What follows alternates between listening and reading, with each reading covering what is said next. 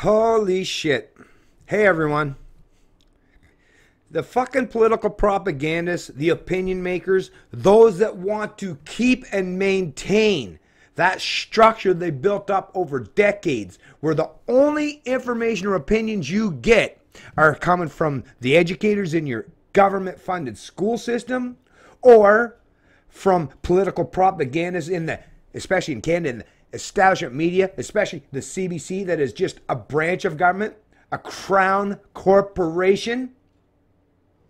Or even, as we've learned, a lot of the so-called private media establishment that are actually subsidized by the taxpayer, but that flies under the radar for the most part, right?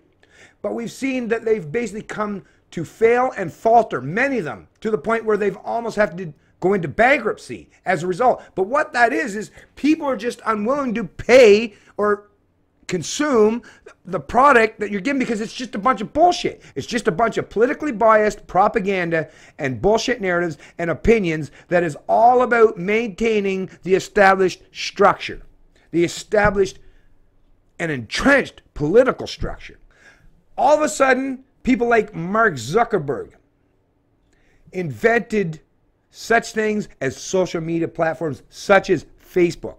And what that did, whether you like, I mean, I've complained about many different areas and aspects of Facebook, but that's just critiquing, right? But let's be honest here, folks. What social media has done, instead of you have to listen to just, like if you flip your television dial, well, that's back a long time ago nowadays, but if you remote, use your remote, you flip through the channels, you are set with people that are basically regurgitating and repeating the opinions handed down on them from government officials or from like a few very entrenched media establishment outlets that basically tell you how you're supposed to think. Social media completely circumvented that dictate, that control, that authority, and said, hey, let everybody gets a voice, right? Everybody. This democracy. That's literally what it's all about, is everybody has a voice, right? That's what supposedly the whole pretense of democracy is all about, is that everybody gets a voice. Well, the problem is that like I say, the central planners, the authoritarians, the establishment opinion makers, people from the CBC, they're out there, they're like, God damn it, we got billion-dollar budgets, and fucking some dude with a webcam and a fucking microphone can negate and override all the bullshit propaganda we put out there. Well, we don't like that. So, we better use government, or we better use our own platform and that billion-dollar plus budget to negate that. We gotta push back against people having a voice, or people having alternative voices or opinions presented to them, because they're let's think about the mentality they're saying. They're saying that Canadians are so fucking stupid that without us telling them how to think, that if you allow them to just freely see all these different opinions or narratives, they're just so stupid they'll be indoctrinated and they'll just follow along because, well, if that's the case, if you're suggesting that the Canadian people are so stupid that Russian propagandists or external entities can so easily influence and dictate the outcome or the result of an election, well, that's telling, basically all you're doing is admitting that the Canadian population are a bunch of sheeple. And what you're saying is that, well, we want to be the ones that get to control the sheeple. We don't like competition because while we're trying to lead them this way, well, we know they're so stupid that they'll follow anybody, so I don't want anyone to try to pull them that way or that way or that way, right? This is the reality. Once you dig into the fucking propaganda and the narratives they try to put forth, well, that's what I do. That's what I do, folks, is I break down the bullshit, the propaganda, and the false narrative and pretenses that these pieces of shit put forward on a regular, daily basis. I break that shit down and show you just how immoral, how corrupt, and ultimately how inept they truly are. They'll never admit that, though, because they want you to look at, oh, look, I got like some government accreditation that says I'm a journalist. Or look, I work for like a big corporate establishment. Oh, look, I must be an authority. Yeah? Like I say, talk to them sometime. Just one-on-one. Talk to some of these people. You'd be like, oh, shit. Yeah, they're not nearly as smart as I thought they were, right? It's a little different story when they get to sit behind their little edited fucking video clips or their, completely central planned narratives or scripts that's handed down by their political masters. once they step outside that, well, ultimately, if you take all that away from them, they're like your typical Trudeau, right? Come on. Social media is actually a great thing. It's all this mess, all this, and it's, it gets harsh at times, right? But all this infighting, all this bickering, all this, that is real democracy. Prior to the social media era, that wasn't real democracy. That was a top-down authoritarian, I'm going to tell you how to think kind of approach. So they don't like that. Like I say, people that are all about central planning, collectivism, and government, dictators and authoritarian collectivists, they don't like competition because they actually lack competitive instincts. So when competition is introduced, they're like, I'm going to lose. I'm going to lose. And I mean, look at the evidence is all around you, folks. They lose. They continue to lose, and they're still losing. And that's why they keep putting forth and presenting these kind of narratives. Although this particular article at CBC News under the technology and science section by Ramona Pringle, she's a little bit nuanced. I'm not sure about this woman as of yet. But anyways, let's just dig into the article. Analysis. Is Facebook bad for democracy? Blog posts examine controversial issues plaguing platform. Some things are clearly bad for democracy. Overbearing dictators, the rise of fascism, military rule. But social media? Really? Wait a minute. What's up, Ramona? Why did you only include fascism there? What about socialism? What about communism? Didn't think to include those collective endeavors that have resulted in, what, 100+ million deaths over the culmination of the 20th century? Might want to include that stuff, right? You might not have that mentality where you're thinking that the left can be just as authoritarian as the people that you perceive as the right. But in reality, I mean, if you look at Hitler or fucking Mussolini, you really think those guys are right-wingers? You really think those guys are strong? You ever seen a picture of Hitler or Mussolini? Really? Put them out there in the atmosphere without their little fucking goddamn military uniforms or the bullshit or his little mustachio and all these throngs of people supporting him. Take them out of that and put them fucking in your typical, environment, and you'd be like, that's a loser. No, that's someone that really, that's a loser. That's someone that actually can't compete normally without being able to trick the masses into supporting them. That's someone that really should be at the back of the bus, right?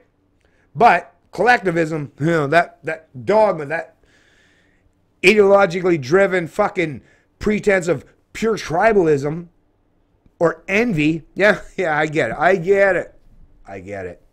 It seems like a bad joke that the very same platforms where we share vacation photos and viral cooking videos could actually be damaging democracy right in front of our eyes. But that's the topic of Facebook's most recent round of hard questions, a set of blog posts wherein company insiders and external contributors have looked at some of the most controversial issues plaguing the platform.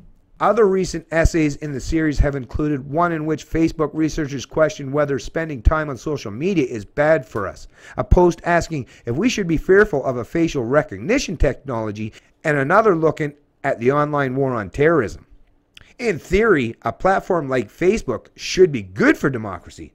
Yeah, not just in theory, but in principle. In his post on the platform, Harvard Law School professor Cass R. Sustein said, on balance, the question of whether social media platforms are good for democracy is easy. On balance, they are not merely good, they are terrific. For people to govern themselves, they need to have information. They also need to be able to convey it to others. Social media platforms make that tons easier. I couldn't agree more. Facebook's product manager of civic engagement, Samid Chakrabarti, writes that social media has made it easier for people to discuss issues, organize around causes, and hold leaders accountable. As recent as 2011, when social media played a critical role in the Arab Spring in places like Tunisia, it was heralded as a technology for liberation.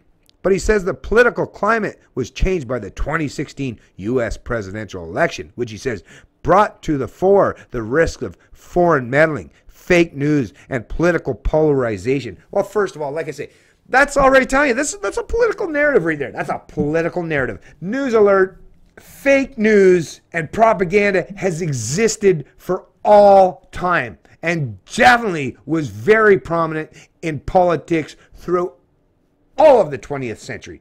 So to pretend that social media is somehow any different, actually, like I said, social media is the only place where you as a person, and if you're watching this video, you know you as a person actually has a voice on social media. You're allowed to comment. You're allowed to create your own profile. You're allowed to offer your own platform. You didn't have that. Did CBC allow you to do that? You know, did the Rogers or Bell give you the platform on their television networks so that you could espouse what you had to say?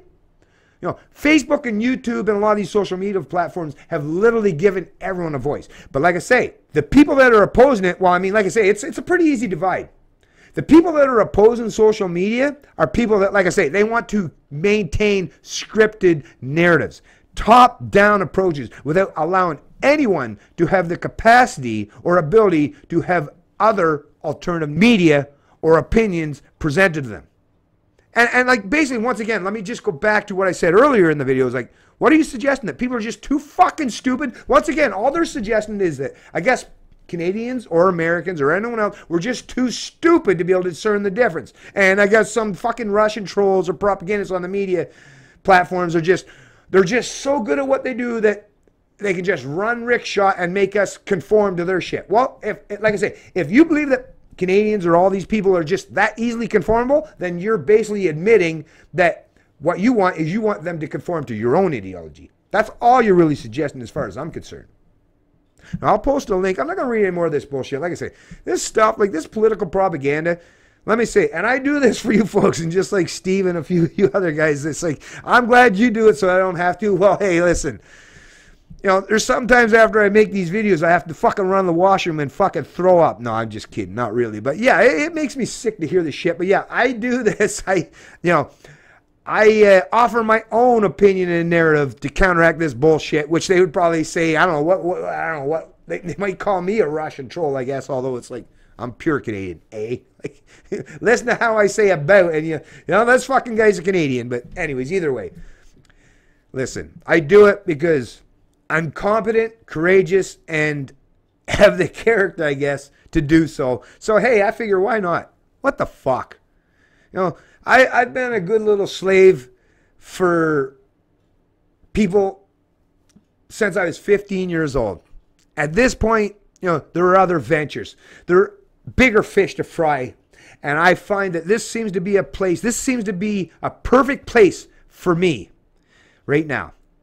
I'm not making any money off it, but hey, maybe someday in the future. But because, you know, we all do have to sustain our livelihood, our living. We have to keep the roof over our head, have to keep the bills paid, have to keep the internet connection going, right? And the phone bills paid.